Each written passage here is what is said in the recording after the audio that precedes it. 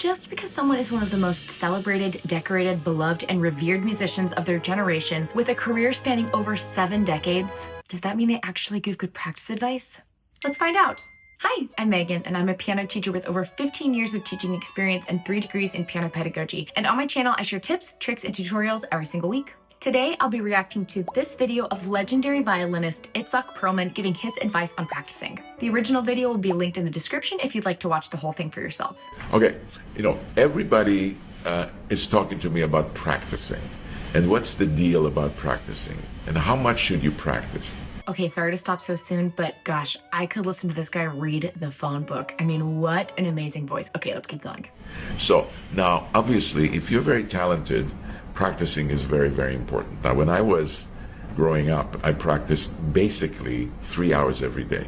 And a lot of my students feel sometimes, and wrongly so, that if you practice more, it's going to be better. So if you practice 5 hours, it's better. If you practice 8 hours, it's even better. And the answer to this is that it's wrong. Don't practice more than 4 to 5 hours. That's a tip I can give you if you're very serious, because afterwards it's not useful anymore. The body doesn't absorb any more stuff. As a matter of fact, you can cause yourself having little physical problems with your wrist and so on and so forth. So I would say 4 to 5 hours for ambitious fiddle players, yes. And as I said, personally, 3 hours was fine. Absolutely incredible advice, and of course, he's 100% right. I've heard many professional concert pianists also say that the sweet spot for them is around 3 hours per day. And of course, there might be instances or seasons where you're doing a little bit more than that if you have a very specific goal or you're in a time crunch with something. In my personal experience, and also the experience of my professors and fellow pianists, his point about diminishing returns after a certain amount of practice is 100% true for me. After a certain point, it really just feels like your brain and your fingers can't absorb any more information. And scientific research supports this. There are neurological limitations to our working memory, the processing power of our brain, and our attention span. And I've also had multiple friends who, in preparation for a competition or recital or something like that, started practicing a lot more than usual and ended up really injuring themselves. And this also seems like a great moment to mention. It seems like it would be obvious that somebody as successful as Itzhak Perlman would give amazing practice advice. But I've had the opportunity to do summer institutes, master classes, and meet and greets with some really respected and successful concert pianists, and some of them gave really amazing practice advice, and others, not so much, including one who said 12 hours a day should be the minimum. If you can't put in 12 plus hours a day, you might as well not even try, and anybody who says they're not practicing that much is lying. And one who said, people are such babies about pain when playing. If you're actually practicing enough, of course it's going to hurt, just get over it. So, unfortunately, success isn't always a guarantee of good advice. Number 2, when you practice, it has to be slow. You cannot practice impatiently.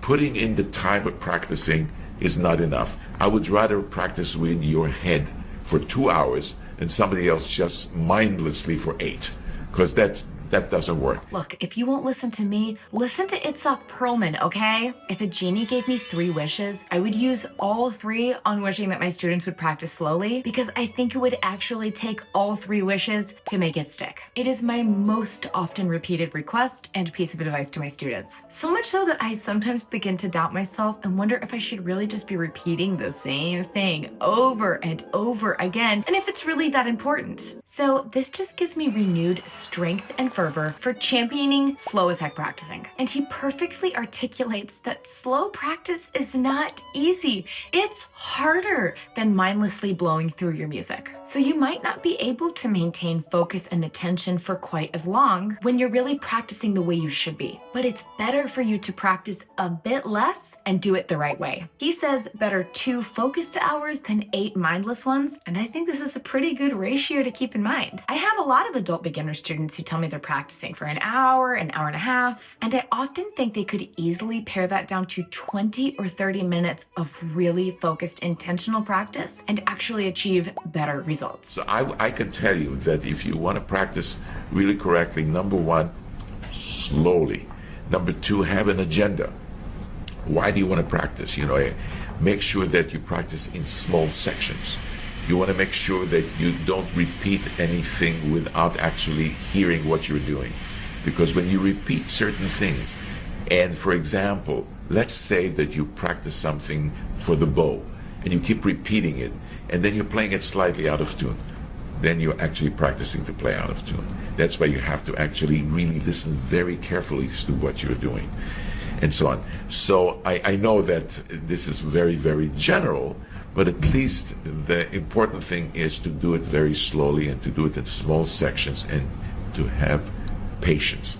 Well, I think I can go ahead and close up the old YouTube channel. This is the only video you ever need to watch to know how to practice. And exactly as he says, this is very general advice, but for most of us, if we can get those big picture things right, that's probably 95% of the battle. So much of what he says here loops in perfectly with the previous point. When you're doing that slow, focused practice, have an agenda every time you're putting your fingers on the keys, and be actively listening to the results and evaluating if you were successful and strategizing about how to fix what wasn't successful. He uses the example of bowing and intonation, but we can easily apply the principle to the piano. If you're working on notes and rhythms but you play with the wrong fingering, you're learning to play it wrong.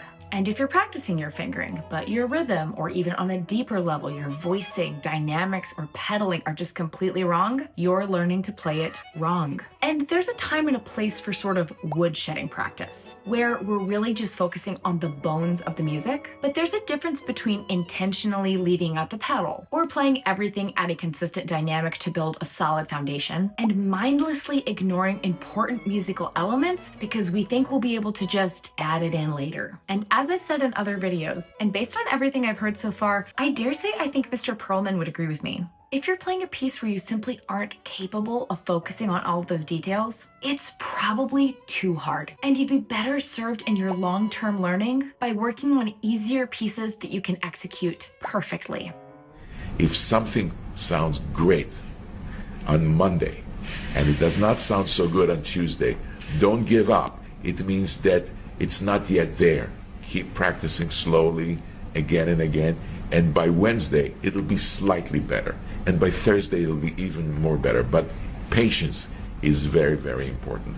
I think once you're a fairly experienced musician, we get accustomed to the truth that progress is very rarely linear. You might take 2 steps forward one day and then 1 or even 1.5 steps back on the next day. And that is absolutely normal. But I think that's a hard mindset for beginners to adopt. It seems like it should be linear, and it's just not, and that's okay. And patience is absolutely the key.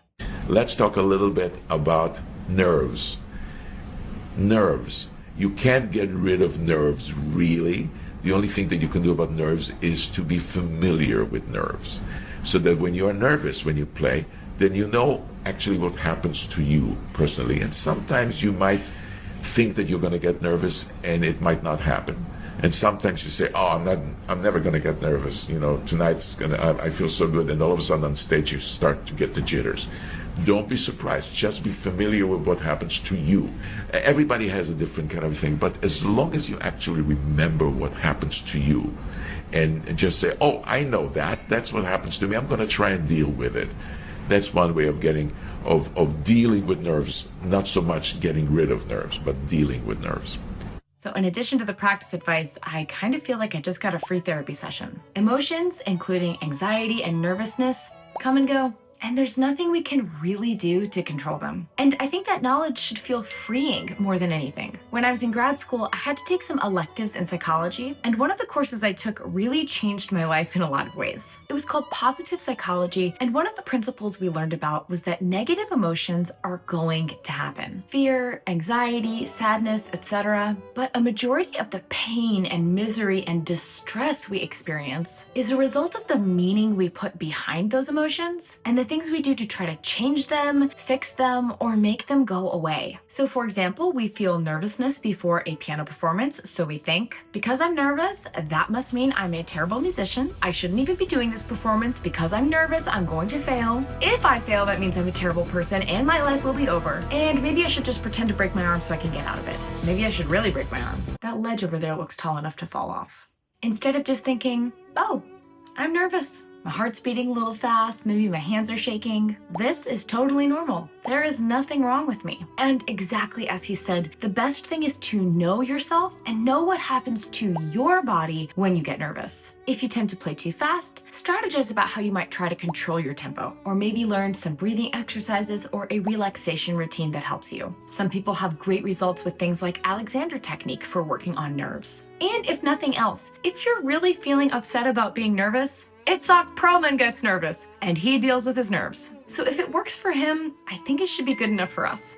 I feel like I need maybe 10 more of these videos and I'll know everything I could ever want to know about music and about practice. What an absolute genius he is and just an excellent communicator. He puts everything in such a kind and clear way. And he's also just such a wonderful person. I had a friend in my undergrad who was a violinist with physical disabilities, and after seeing Itzhak Perlman on Sesame Street as a child, she wrote to him telling him that she wanted to be a violinist. And she and her violin teacher were actually invited backstage to meet him after one of his concerts. And she always spoke about that as one of the happiest days of her life. My friend has since very sadly passed away, so I'd like to think of this video as being in honor of her.